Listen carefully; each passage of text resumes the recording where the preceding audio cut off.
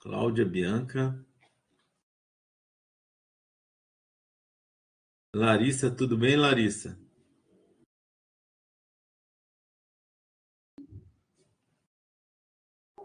Olá, professor. Tudo bem? Tudo bom? Professor, eu posso te pedir uma coisinha?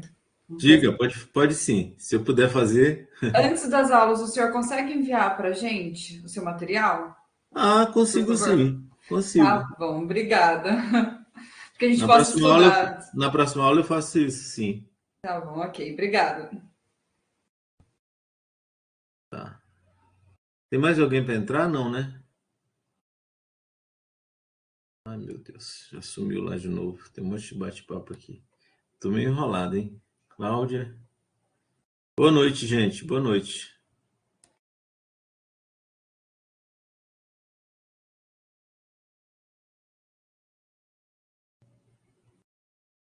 Ah,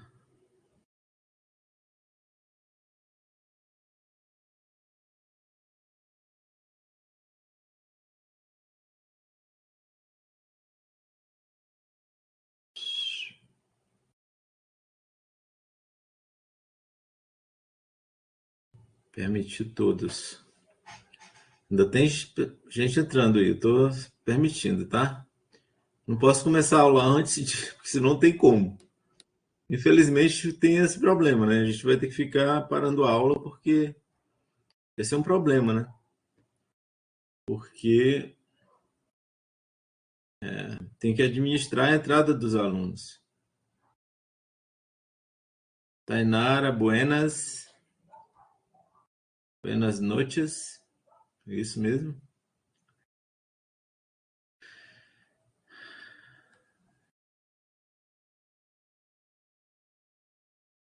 Boa noite, Stephanie. Boa noite, Alisson, Ailson. Bom, vamos ver se dá para começar, né? Vocês estão vendo bem aí, né? Então vamos lá, eu vou começar.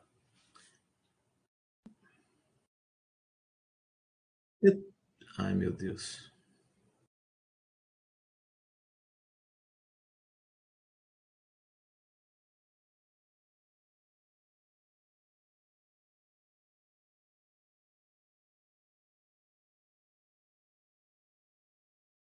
Ah, mas esse aqui precisa mudar, gente. Não tem como manter isso. Da gente ter que autorizar todo mundo a entrar, porque eu tenho que autorizar todos os alunos que pedem para entrar.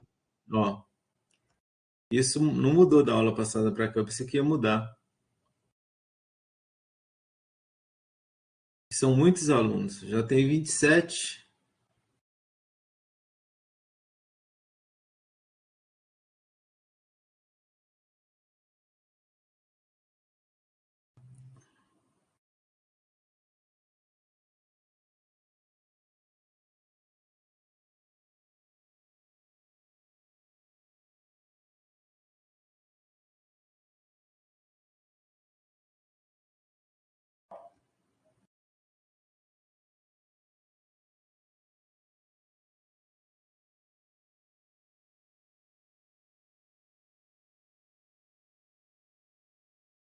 Tá.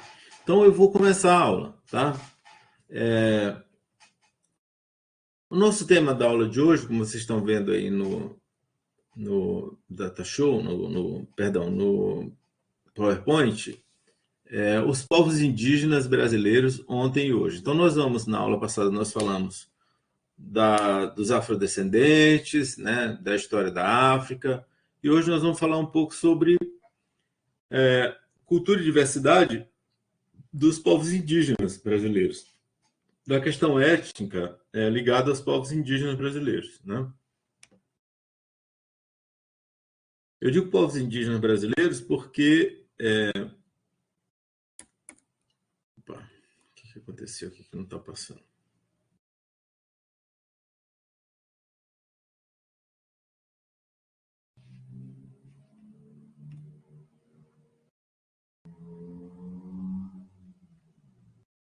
Opa. Eu digo indígenas brasileiros porque não existem indígenas só no Brasil, né? Existem indígenas em várias vários países do mundo, em várias regiões do mundo.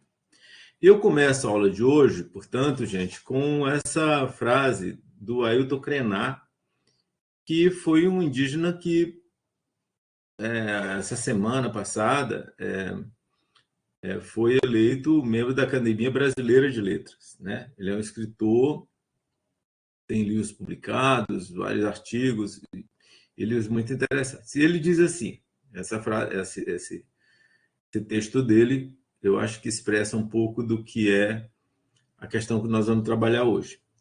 A grande diferença que existe do pensamento dos índios e do pensamento dos brancos é que os brancos acham que o ambiente é recurso natural, como se fosse um almoxarifado, onde você vai e tira as coisas. Tira as coisas, tira as coisas. Para o pensamento do índio, se é que existe algum lugar onde você pode transitar por ele, é um lugar que você tem que pisar nele suavemente, andar com cuidado nele, que ele está cheio de outras presenças.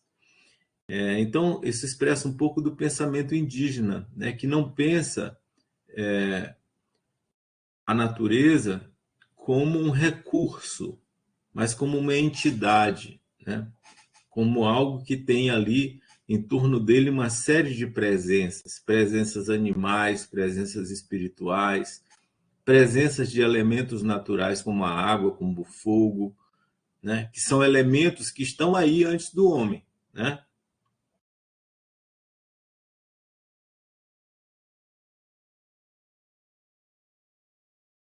Para a gente introduzir então o nosso tema, vamos começar falando dessas disciplinas que nós... Um minutinho, por favor. Com licença. Dessas disciplinas que surgem nas universidades relacionadas ao ensino da história da África e de histórias indígenas. Essas disciplinas surgem, inclusive essa que nós temos aqui, surge a partir da Lei 11.645 de 2008, que tornou obrigatório o ensino de história e culturas indígenas na educação básica brasileira, assim como tornou obrigatório o ensino de história e cultura da África, né, e dos afrodescendentes brasileiros. O livro História e Culturas Indígenas na Educação Básica, que é esse livro aqui, eu até coloquei depois uma foto, eu botei como indicação, assim como eu indiquei o outro livro lá para vocês de História da África, né? Como uma referência para quem quiser aprofundar, porque eu acho que a aula de 1 hora é uma aula muito, muito curta, né? Para a gente desenvolver esses temas. Esse livro é fruto de pesquisas pedagógicas junto a povos indígenas no Mato Grosso do Sul, no Mato Grosso, os Ambiquaras, os Aticuns, os Guatós, os Cadiveus, os Quiniquinal, os Alfaié, os Terena, no Mato Grosso do Sul.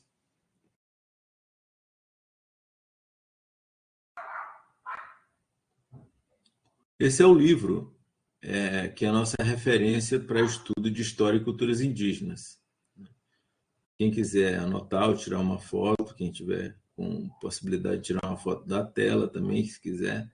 E tem também esse livro, a referência dele lá no nosso sistema, né? Na nossa sala de aula virtual. Eu deixei lá o link para o livro que ele parece que tem no formato online na universidade, na biblioteca da UFGD.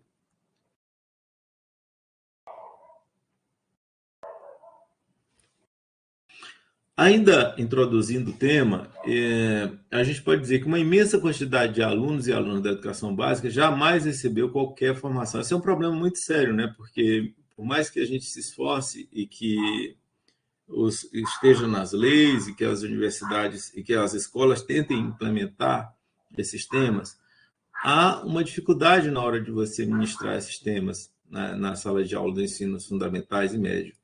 Muitas vezes, porque não tem material didático, muitas vezes, porque as informações, os próprios livros sobre esses temas são difíceis de encontrar, e muitas vezes as pessoas fazem uma abordagem muito superficial da questão, né? A não ser quando há um professor que se esforça um pouco mais e vai buscar mais informações. Então, eu estou deixando essas duas referências aqui para vocês, porque no caso de vocês virem a trabalhar com esses temas, na escola, no ensino fundamental e médio, vocês tenham algumas referências. É claro que há referências outras, mais profundas até, mas que exigiria a gente ter mais tempo para aprofundar essas questões. O próprio termo índio, utilizado para denominar os povos originários dessa região do mundo, sobretudo da América, né, não passa de uma herança preconceituosa do europeu. Isso é um problema sério, porque a própria terminologia, né, às vezes o professor não sabe muito bem como empregar. Porque o termo índio, embora não seja proibido falar a palavra índio, né, não precisa tratar como uma proibição, mas ela está associada àquele equívoco dos europeus de acharem que estavam chegando aqui nas Índias, né, quando chegaram nas Américas, né, porque os europeus, sobretudo os portugueses, estavam tentando um acesso ao mercado de especiarias lá da região do Oriente, lá das Índias, né, da Índia, né, e por um equívoco eles terminaram parando do outro lado do Oceano Atlântico, que foi exatamente nas regiões aqui da América, onde se descobriu a América, né? Se descobriu entre aspas, né? Que ela já estava bem descoberta, tinha muita gente morando aqui, havia milhões de pessoas, inclusive, morando aqui. Por isso, a necessidade de conhecer mais a fundo os povos indígenas do Brasil, quem são eles, quantos são, como são suas culturas, e é isso que nós vamos tentar fazer um pouco aqui na nossa aula. Uma forma de substituir a palavra índio na atualidade é usar os termos povos indígenas, por exemplo, para povo, povo terena, ou sociedades indígenas ou grupos indígenas. Quando você fala índio, fica um termo genérico e associado àquela ideia do colonizador. O termo genérico índio, portanto, não dá conta da diversidade dos povos indígenas, nem aponta para o fato de que há uma multiplicidade de povos, né? Que não há só um povo genérico, né? Que não há só uma categoria como se índio fosse diferente de humano, né? Muitas vezes esse termo índio está quase associado à ideia de selvagem, de bom selvagem, que é como se fosse assim, uma espécie de um ser que não é propriamente humano, que fosse um ser meio selvagem. O que é um equívoco, porque os povos indígenas têm suas sociedades, suas culturas, são povos como quaisquer outros do mundo, né? O problema é que eles têm sido profundamente desrespeitados na sua existência, né? Então, são povos como quaisquer outros que têm suas tecnologias, suas crenças, têm suas formas de olhar para a vida e para o mundo. E essa forma que nós temos de olhar para a vida e para o mundo não pode ser concebida como a única possível e viável. Essas denominações, muitas vezes depreciativas, vêm desde a época colonial. Na época colonial, os povos indígenas, as populações indígenas, chamados gentios da terra, outros chamados de pagãos, outros chamados de negros da terra, são terminologias depreciativas que fazem parte de uma compreensão, no mínimo preconceituosa, se não fosse uma forma também de impor violentamente uma dominação cultural sobre os povos indígenas, né, que justificava muitas vezes a catequização deles, a própria extinção dos povos, né, a violência contra eles de modo geral. Mas a cultura indígena ela é diversa, né? A cultura indígena, e é isso que eu queria trazer hoje para vocês, era exatamente mostrar um pouco de como a cultura indígena brasileira é diversa. Nós temos lá na nossa sala de aula virtual um vídeo de apoio que eu sugiro e aconselho que vocês assistam, que é muito interessante, porque mostra muito bem essa diversidade. O vídeo é muito claro quanto a essa diversidade. E um vídeo feito a partir da fala dos próprios indígenas, né? O que torna ele mais rico e mais autêntico. Então, cada grupo, Aticum, Bororo, Caiapó, Pataxó, então cada grupo desse, cada sociedade dessa, tem a sua cultura, tem a sua forma de ver o mundo, tem a sua forma de se relacionar com o mundo. E é muito, muito pretensioso que os ocidentais, né, sobretudo a nossa sociedade, que deriva da sociedade europeia ocidental, tanto que nós falamos uma língua europeia, né, majoritariamente, isso imposto violentamente, historicamente no Brasil, é muito pretensioso que a gente julgue que só a nossa cultura, a cultura ocidental europeia, eu digo nossa nesse sentido, né, que é a cultura predominante, que deve ser considerada como uma cultura realmente verdadeira e civilizada, né? É tão pretensioso quanto a gente imaginar, a gente pretender que num universo com bilhões de galáxias e outros trilhões de planetas, que a gente suponha que a gente esteja sozinho aqui, que o único ser inteligente que existe nesse universo é o ser humano. Ideologias e religiosidades à parte, o que a gente não pode pretender é apoiar a nossa compreensão apenas nessa pretensão, né? É preciso que a gente investigue para ver se a gente está certo mesmo nisso. A ideologia dominante tenta nos remeter, portanto, à ideia de que esse indígena, esse índio, na melhor das hipóteses, é uma espécie assim de bom selvagem, aquele que está ali para defender a natureza, para ali para representar bem a natureza, como vivendo num universo sempre fechado e selvagem, como se eles não fossem seres humanos da nossa época, que compartilham de todas, hoje, inclusive, cada vez mais, de tudo que faz parte do mundo atual, num mundo globalizado. Né? Por exemplo, aqui em Dourados tem um grupo indígena de rappers, né? Que se apresentou, inclusive, no Rock in Rio. Não sei se vocês sabem disso. Mas, e as pessoas ficam, às vezes, espantadas com isso. Isso não tem que gerar nenhum tipo de espanto, porque essas pessoas são pessoas contemporâneas, que vivem no mundo que nós vivemos, e, portanto, são influenciados por tudo que nos influencia também. Na medida em que nós vivemos um processo de tecnocosmo, né, de que as tecnologias nos levam a encurtar as distâncias culturais entre os povos, entre as culturas, né, por meio das redes sociais, da internet, né, das telecomunicações em geral. Esses povos também são influenciados por essas culturas. Então, isso que se chama de internacionalização da cultura popular, que influencia não só os povos indígenas, mas vários outros povos de várias outras regiões. Essas denominações expressam a discriminação existente até hoje contra os povos indígenas, especialmente quando estes lutam por seus direitos como a posse de suas terras originárias. Sim, muitas vezes essas denominações depreciativas e alguns conceitos depreciativos que a gente vê, ou preconceitos, vamos dizer assim, que a gente vê as pessoas usarem, né,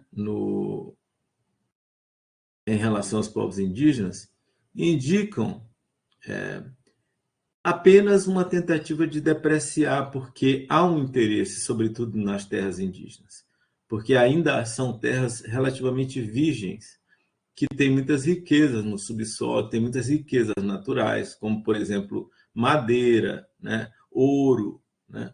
Então, essas regiões, aqui tem um mapa onde indica os territórios legalmente demarcados pelo Estado brasileiro, são territórios indígenas, né? Essas regiões que estão marcadas aqui, que considerado o território nacional, não são tantas assim, né? Por mim, seria muito mais, já que eles já estavam aqui quando a gente chegou. Mas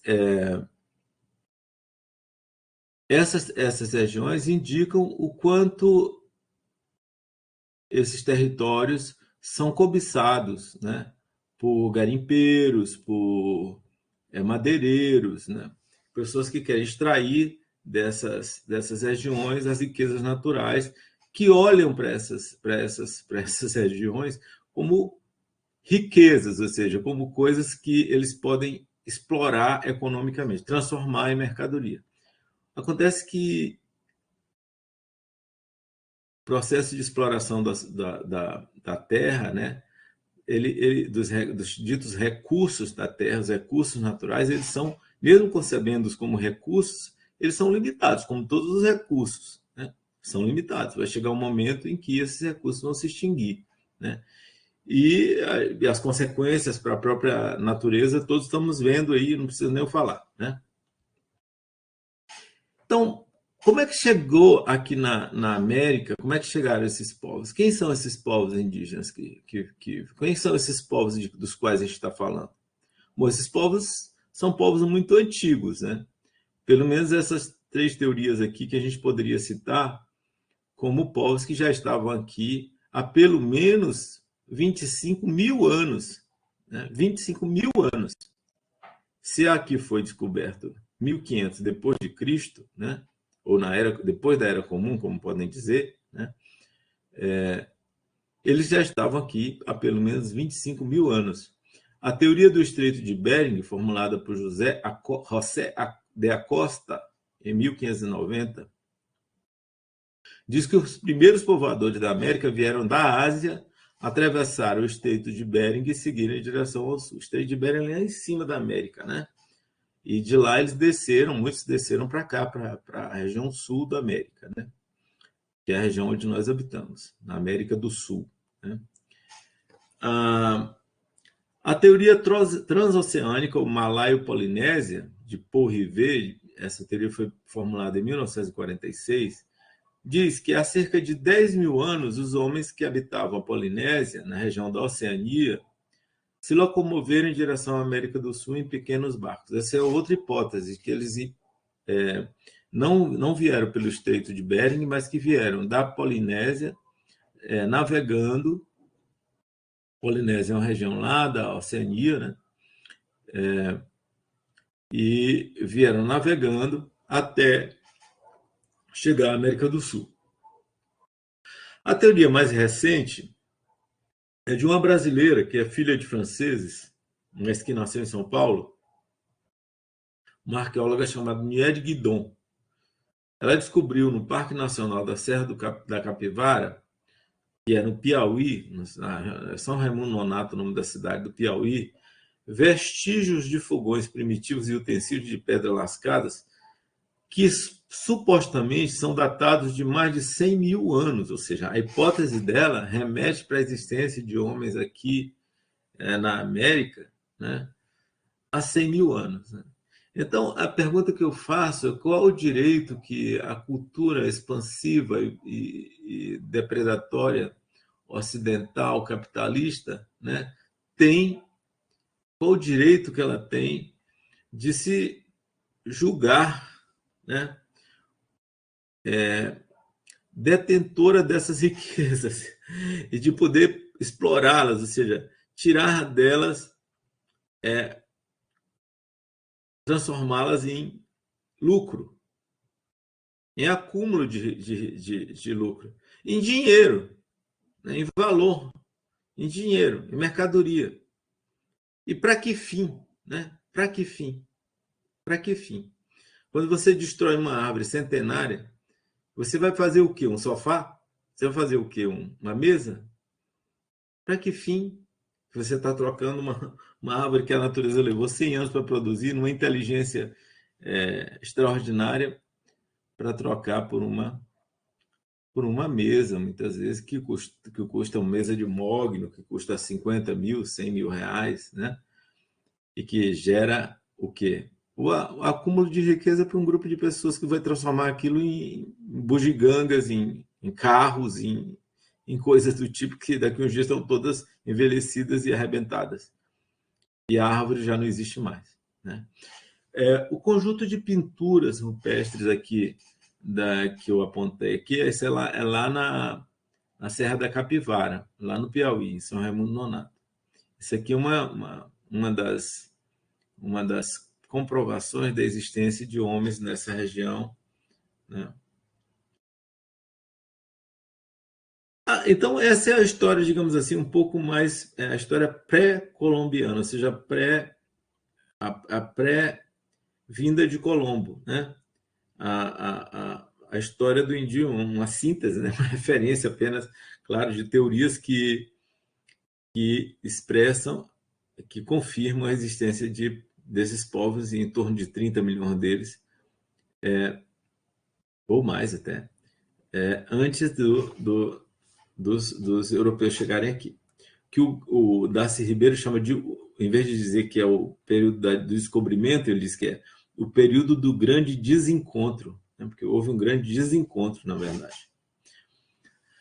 A maioria das sociedades indígenas que vivem no país concentra-se, portanto, na Amazônia, segundo o IBGE. Mas existem numerosas populações em outras regiões do Brasil, né?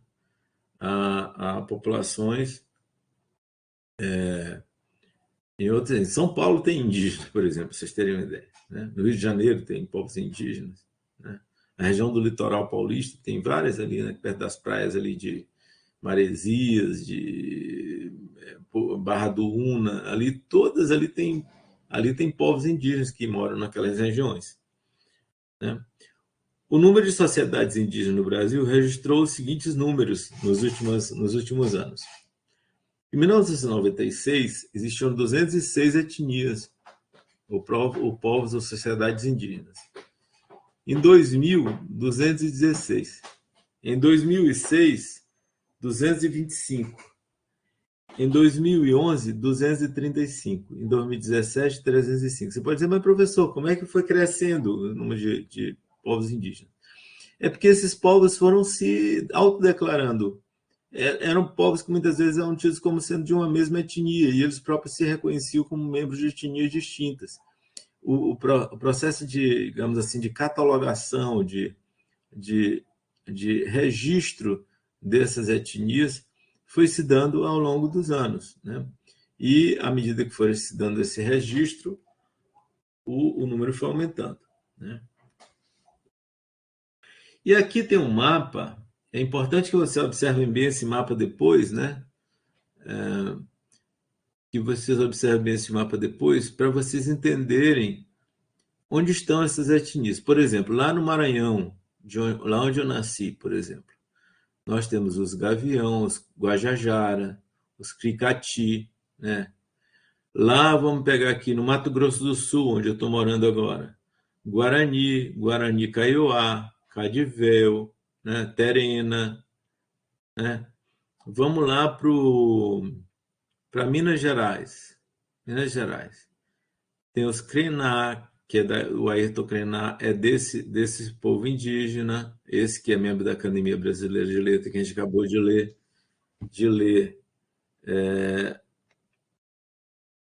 um pensamento dele, né? Os Macaxali, os Pataxó, os Chabriabó, são todos dessa região de Minas, né? Vamos pegar aqui uma outra região para a gente olhar. Aqui, vamos ver.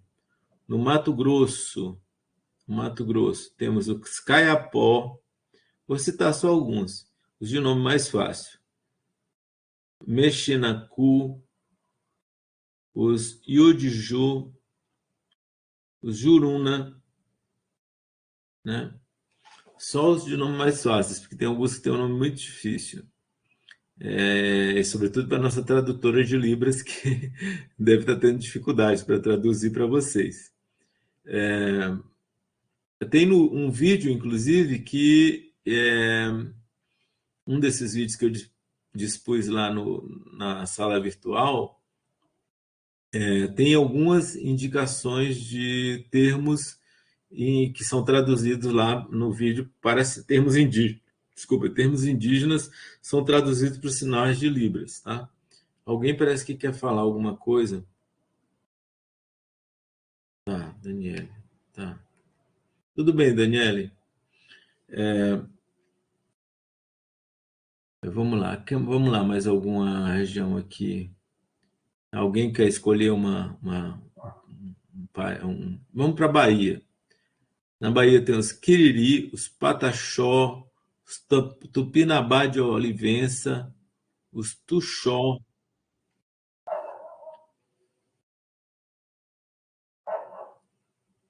né?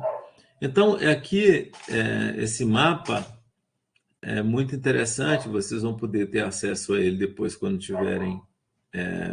quiserem rever o vídeo, né? Para quem quiser rever o vídeo e olhar com mais detalhes, tá bom? Eu sugiro que vocês deem uma estudadinha nesse mapa, tá?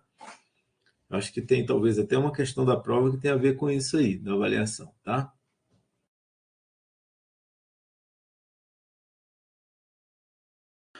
Quantos são os indígenas brasileiros?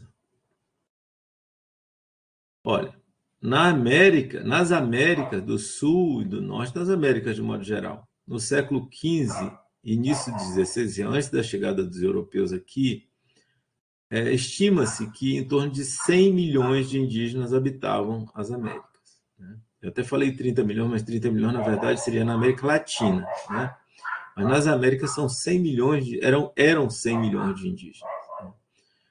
Hoje, a CEPAL diz que na América Latina apenas existem 30 milhões de indígenas, né? E cerca de 670 povos reconhecidos como povos indígenas, como sociedades diferentes. Ou seja, nós teremos 670 etnias ou grupos indígenas diferentes na América Latina. Os países com maior concentração indígena são Peru, México, Bolívia e Guatemala, que tem acima de 4 milhões de indígenas cada um. O Brasil ocupa uma posição intermediária, com uma população indígena de 500 mil indígenas, que são efetivamente autodeclarados indígenas. Essas populações indígenas vivem em diferentes ambientes e com tecnologias singulares. É bom que a gente entenda, porque assim, se a gente não entender que há isso, a gente não vai entender que há uma diversidade, né, cultural nessas sociedades, que a gente não tem apenas um modelo único de cultura e de sociedade que os povos indígenas constroem como modos de vida, né? Cada dessas sociedades indígenas tem a sua forma de viver, de viver essa experiência que é a vida, né? E que é uma experiência, como todos sabem, uma experiência que é finita para todos nós, né? Mas para as culturas elas permanecem, né? Essas populações indígenas,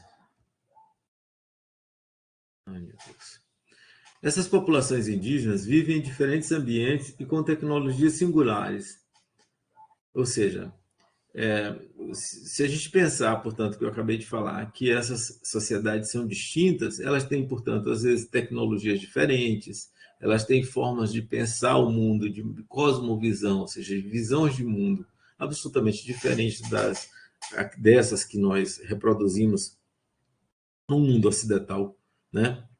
Que muitas vezes tem uma perspectiva única de religiosidade, né? Que muitas vezes tem uma perspectiva que se impõe sobre as demais culturas, né? Muitas vezes pela violência. A Gisele está perguntando, professor, esses povos têm organização entre eles de norte a sul para lutarem seus direitos ou ficam à mercê de que o governo decide por eles? Esses povos geralmente têm organizações, sim.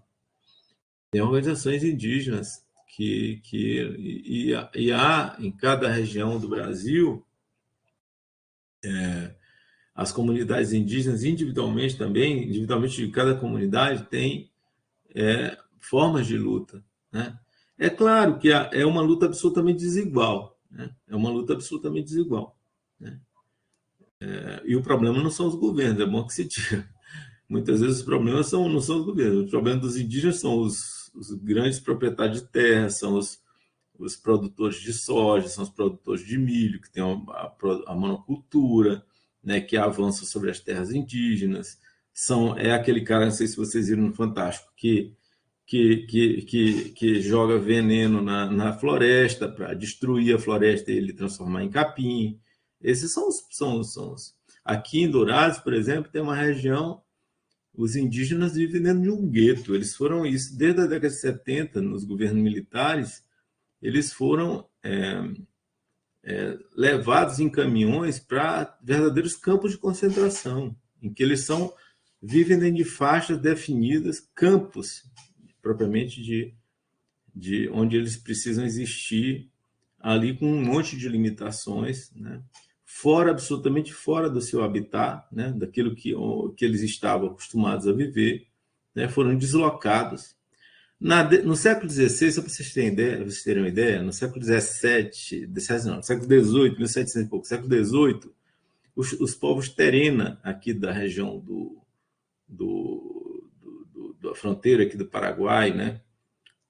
Do Chaco, da região do Chaco, os terena foram levados para o interior de São Paulo para mostrar como eles eram povos mais dóceis, que eram mais a cultura deles estava mais adequada ao trabalho capitalista, como se vê no mundo ocidental capitalista. Eles foram levados para São Paulo para servir como exemplos de outros índios. Então, esse deslocamento forçado, violento dos indígenas sempre existiu. E existem várias entidades indígenas, né, que se organizam, sim, e organizam, de certa forma, a luta dos povos indígenas. E é bom lembrar que nós temos uma ministra, este ano nós temos no governo uma ministra que é oriunda dos povos indígenas, que representa de forma mais autêntica, digamos assim, os interesses dos povos indígenas. Há 180 diferentes línguas sendo faladas no Brasil. Isso é outra coisa que a gente costuma esquecer, né? Que no Brasil nós não temos só a língua portuguesa. A língua portuguesa se impõe como uma língua dominante, a língua do colonizador, né? Que pela violência e pela força política do Estado se impõe como uma língua dominante, né?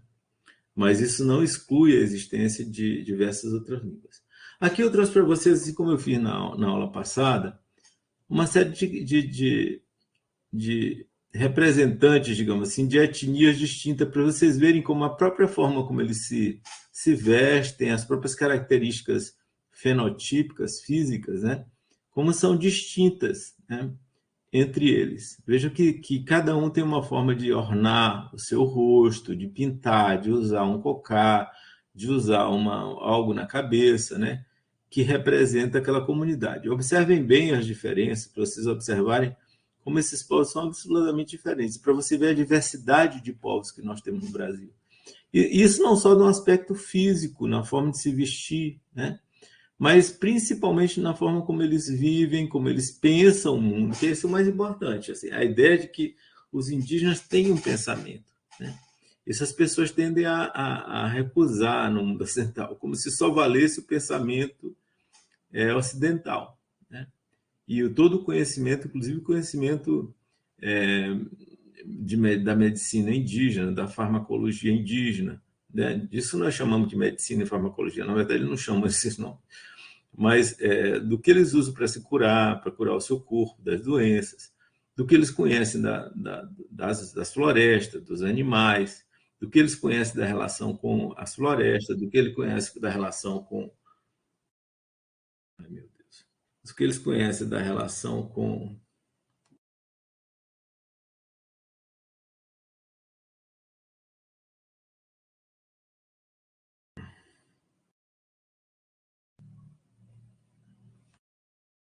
Então, do que eles conhecem da relação com a natureza, né? E também como eles se transformam também, porque eles estão no mundo contemporâneo, então eles também estão se transformando, né? Então, muitas vezes você chega na casa de um indígena e a casa dele é uma casa grande, feita de cimento e tijolo, como qualquer outra casa, que ele tem uma caminhonete na porta, porque ele produziu, sei lá, na área que ele trabalha, que ele tem lá de terras, ele produziu milho, sei lá, milho orgânico, por exemplo, como tem muita gente produzindo aqui em Dourados, né? Alguns grupos indígenas produzem, tem uma produção de pequena agricultura orgânica, né? Ontem mesmo eu falava com um professor da UFGD que coordena um projeto nesse sentido, né?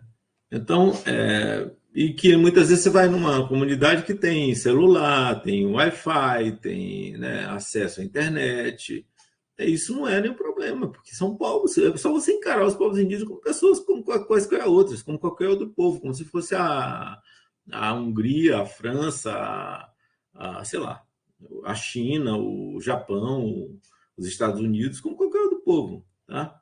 Então, aqui nós temos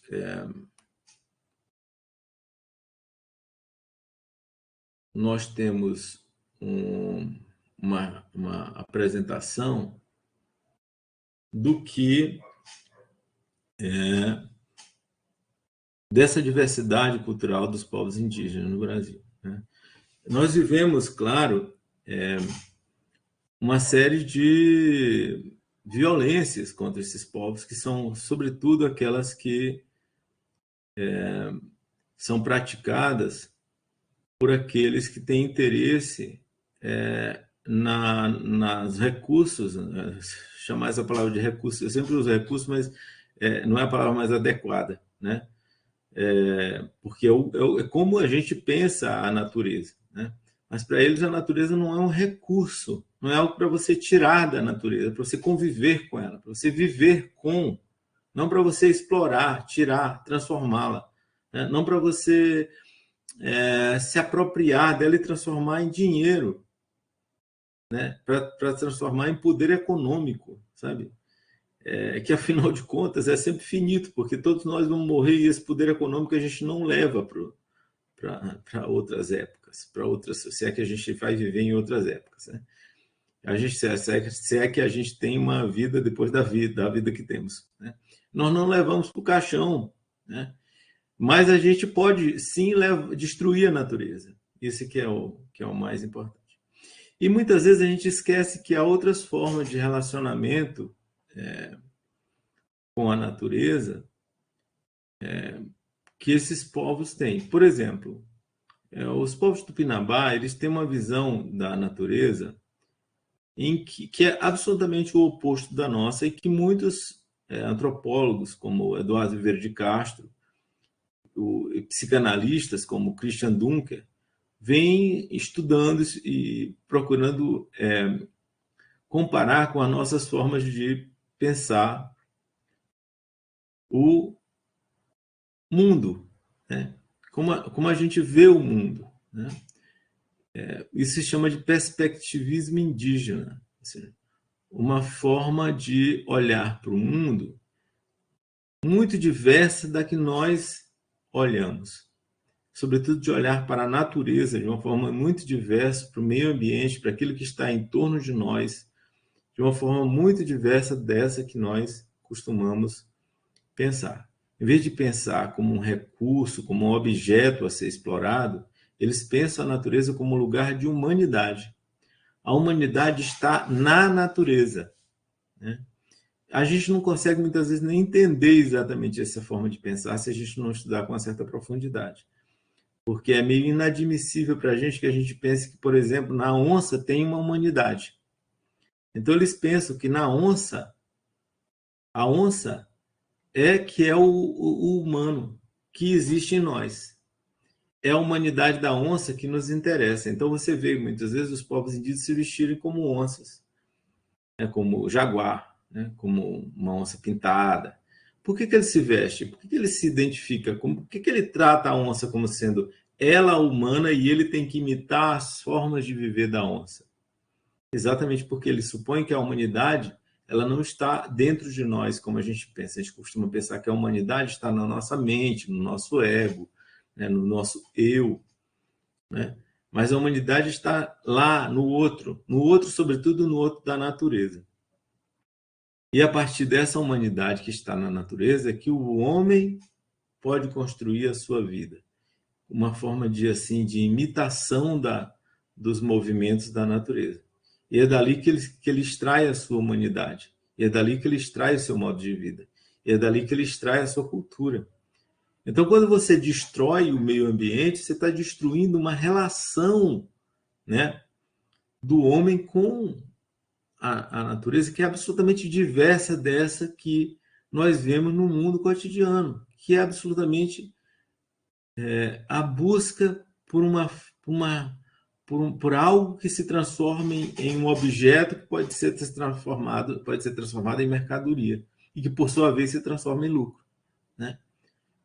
Que vai gerar poder econômico para aquele que se apropria desses recursos, ou que vende esses recursos, ou que se apropria, porque para vender você tem que se apropriar, você tem que ter a posse, né?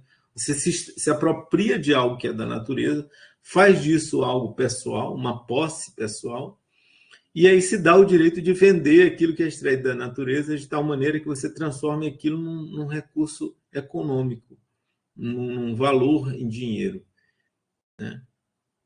Só que você está destruindo algo que você, como ser humano, você é apenas um elemento nesse universo todo. Basta você olhar para as estrelas, olhe para o céu, para você enxergar que no céu existe um mundo, um universo de planetas, de astros, de natureza, de certa maneira, né?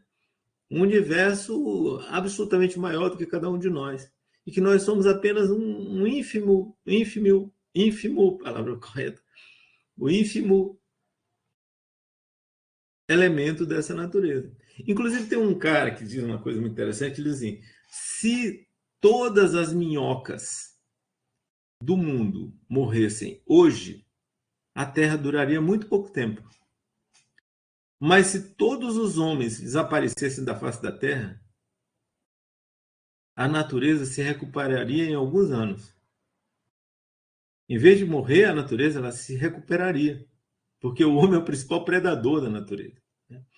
Então, os povos indígenas ainda estão associados à luta. Por que essa associação entre a natureza e os povos indígenas? Porque eles ainda habitam regiões absolutamente intocadas, né, do ponto de vista do meio ambiente, né?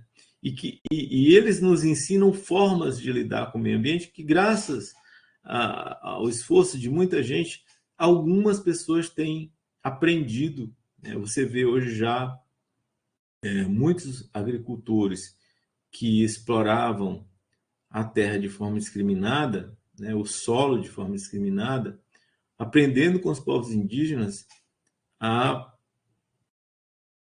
desenvolver a agroecologia, a agrofloresta, né, onde você respeita aquilo que é a inteligência muito maior do que qualquer inteligência do homem, que é a inteligência da natureza. Porque quando a natureza cria seres que cuidam da reprodução das espécies e da própria floresta, por exemplo, né, as formigas, as minhocas, os pássaros, né? Isso é de uma inteligência que o homem nenhum é capaz. Basta você pedir para uma pessoa que se julga acima da natureza, acima das coisas, acima do mundo, da existência dos seres, que ele crie uma flor natural. Crie uma flor natural. Peça a um cientista muito avançado que ele crie uma flor natural. Ele vai ter que recorrer à natureza. E a natureza faz isso da forma mais simples. Basta que você ponha uma semente num jarro e você vai criar uma flor. Uma flor, porque tem uma inteligência na semente que o homem jamais conseguirá, por mais que haja avanço na tecnologia genética, né? E há um avanço, sim, né? Os transgênicos são um exemplo disso. Só que os transgênicos são criações muito limitadas, né? Inclusive, para que os transgênicos possam se desenvolver, eles precisam de um arcabouço tecnológico muito grande. Não é só a semente, eles precisam de uma série de tratamentos muito grandes para que eles possam se desenvolver. Mas o interesse dessas tecnologias transgênicas, por exemplo, é o interesse, sobretudo, o interesse econômico, né? E aí você transforma, muitas vezes, áreas enormes de floresta em monocultura.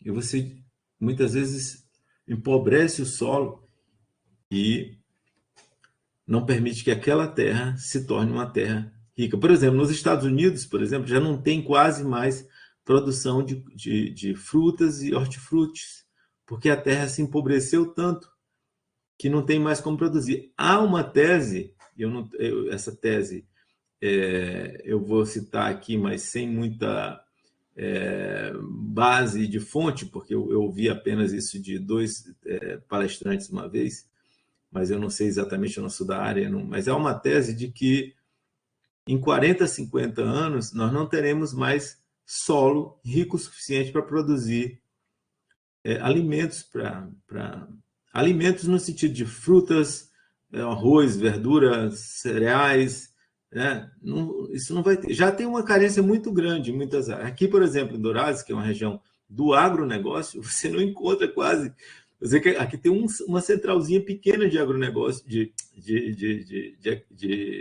hortifruti,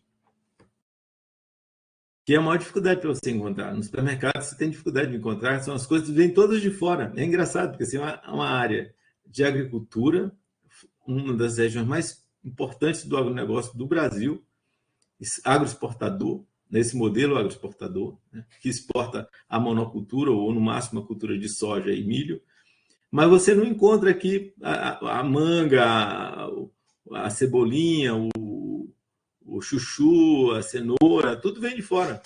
Tudo vem de fora, praticamente. E não dá conta de abastecer a cidade. Né? Aliás, quem quiser abrir um hortifruti aqui em Dourados, pode vir que o mercado está aberto. É uma região muito promissora para quem quiser abrir um negócio. Então, assim, isso demonstra que esse modelo que nós temos, né, esse modelo de produção econômica, que visa o lucro acima de tudo, né, ele termina gerando uma série de problemas no meio ambiente. E é por isso que a gente fala disso, porque isso ameaça, e sempre ameaçou, não só ameaçou, destruiu, né, extinguiu a existência de sociedades indígenas inteiras, né, de povos que estavam habitando determinados territórios, sobretudo essa região aqui, que é uma região amazônica, né, que foi sendo explorada e ainda continua sendo. O avanço não parou. Né? Basta você ver que diariamente a gente vê a quantidade de terras que são, de florestas que são queimadas, de terras que são invadidas. Né? A mais recente absurdo vocês viram, acho que quem pôde viu, no Fantástico do último domingo, né? Aqui um empresário do Mato Grosso que usou os mesmos venenos que foram usados na Guerra do Vietnã, né? Para matar a floresta, né? Matar florestas inteiras. E isso, a gente fala disso porque isso é o que de fato ameaça as terras indígenas. Tá?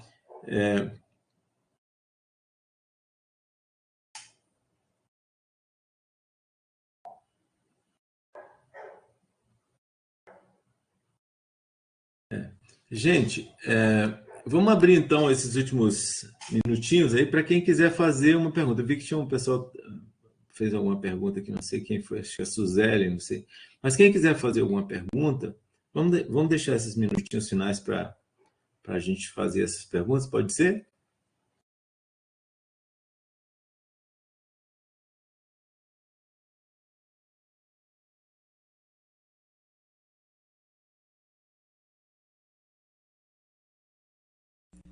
Sim, professor. Eu havia Pois não, falado André.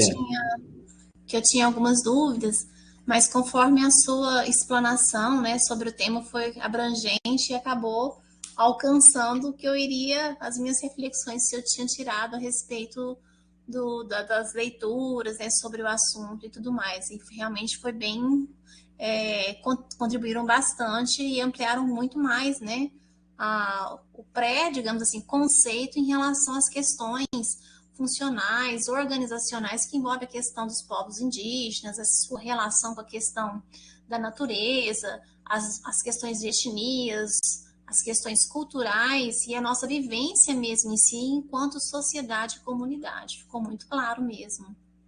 Que bom, Obrigada. André, que bom.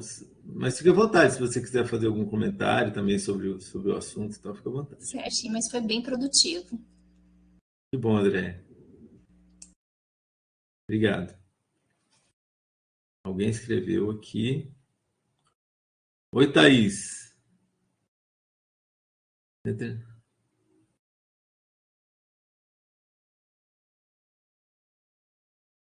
Não, quem tiver na sala de aula não precisa fazer relatório, tá, gente? A Thaís está dizendo que em Glória de Dourados, né, Thaís? É assim também, né? É exatamente assim.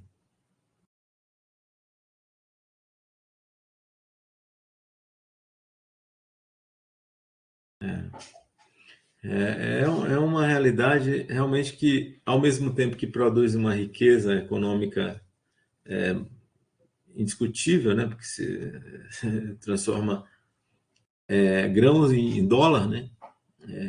Transformar milho e soja em dólar, né? Embora seja para quem se beneficia com isso é um número absolutamente reduzido da população dessas regiões. Você vê, quem são os caras que produzem soja? Quem é o pessoal do agro? Você vai ver, tem gente que nem mora aqui, tem gente que mora aqui em Dourados, tem gente que é dono os maiores proprietários de fazenda de soja moram em Miami. Eles vêm aqui uma vez, passam um período aqui, passam um período em Miami.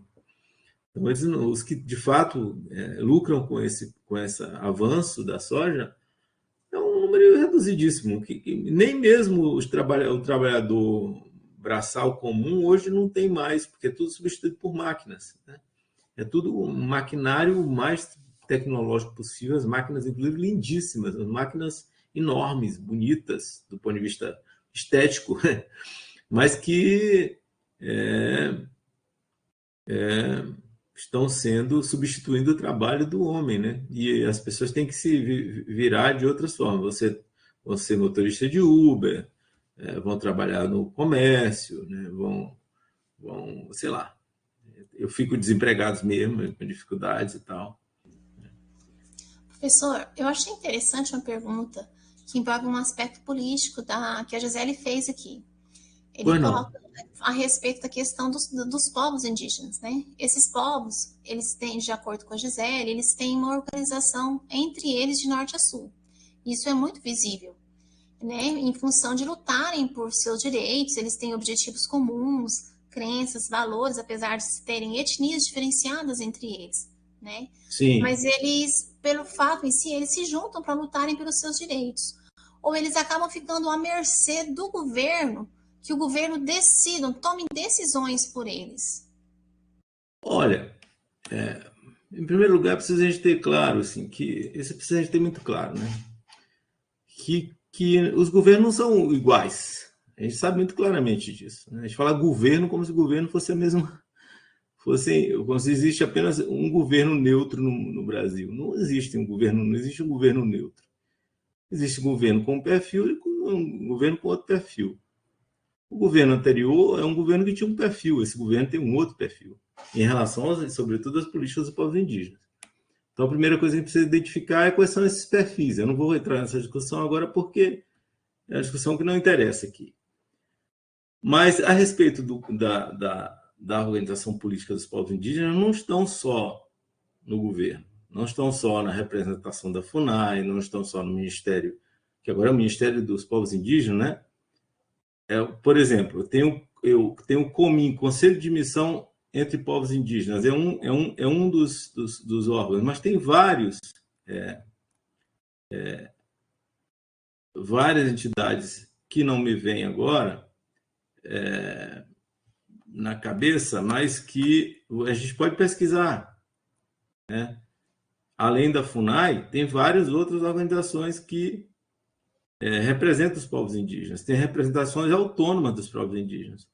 Por exemplo, aqui eu estou vendo, eu fiz uma pequena pesquisa aqui na internet. Conheça 7 principais lideranças dos povos indígenas. Vamos pegar aqui.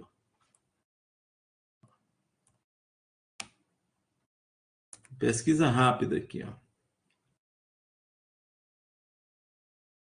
Cooperativa de Produção e Desenvolvimento do Povo Indígena Paité Suruí. Chama Coopaité, no Mato Grosso. Instituto Munduruku, localizado na terra indígena Piacá-Quiabi, na região noroeste do Mato Grosso. Associação Indígena Kauaieté. Isso aqui só no Mato Grosso. Associação Bebo Kikrin de Bacajá, ABEX. Associação de Moradores Agroextrativistas Indígenas do Tapajós, Abravate. Casa de Cultura Carajá. Associação Indígena Chavante Ripá de Produtividade e Etnodesenvolvimento, AIXIRPE. Então, organizações indígenas existem diversas, eu peguei apenas algumas aqui, mas em cada região do Brasil, em cada estado, você vai encontrar lá as organizações indígenas. A ministra dos povos indígenas, a Sônia Guajajara, é uma liderança indígena lá do Maranhão. É uma liderança do Guajajara. Cada povo tem a sua liderança, e essas lideranças são representações políticas. Lembrem que o ministro da França veio aqui condecorar um indígena, porque ele é uma liderança indígena internacional, inclusive. Né? Então, assim, não sei se responde a sua pergunta. Assim, eu não quero entrar na discussão propriamente política, partidária, porque não me convém aqui, né? Eu acho que é uma questão de cada um fazer as suas leituras e suas escolhas sobre essas questões. Né? Não me cabe aqui, embora eu tenha posições políticas muito claras, mas não me cabe aqui fazer um doutrinamento nesse sentido, ou um tipo de defesa daquela posição política. Mas cabe a gente olhar que há perfis distintos, né? Sim. E de acordo com o que eu apresentei aqui, você vai saber claramente quais são os governos que defendem os interesses dos indígenas e qual governo está contra os interesses dos indígenas. Sim, né? É verdade. Não, certinho. Obrigada, professor. Tá bom, Andréa.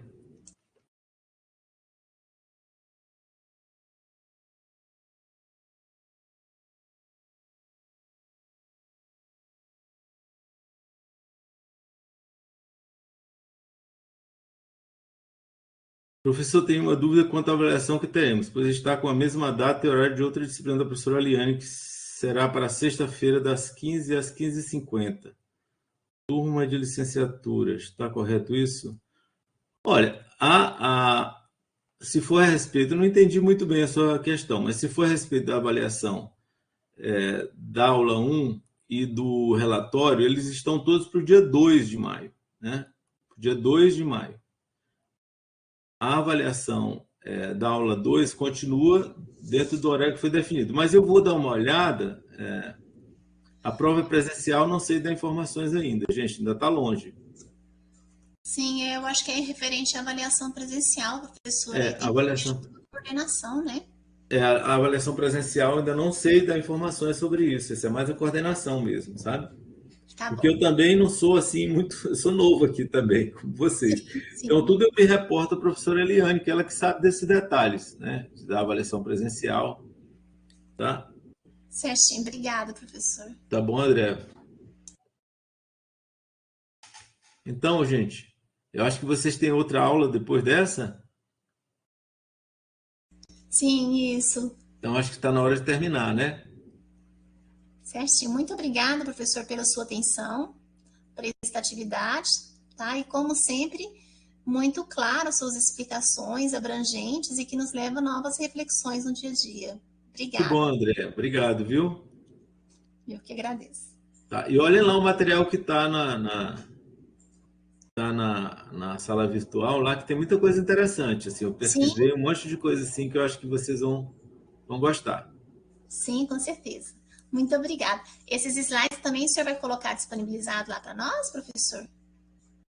Não está na minha pretensão, não, deixar os slides, não. Porque o slide o conteúdo do texto já é muito em cima do que eu tô trabalhando, sim. Tá? Não, tudo bem, tranquilo. Obrigada, tá, professor. Um abraço. Outro. Um abraço a todos, então. Agradecer a Larissa, né? Né, Larissa? Obrigado Larissa, mais uma vez. Está nos apoiando, tá? Obrigada. Então, um abraço, vamos saindo, então.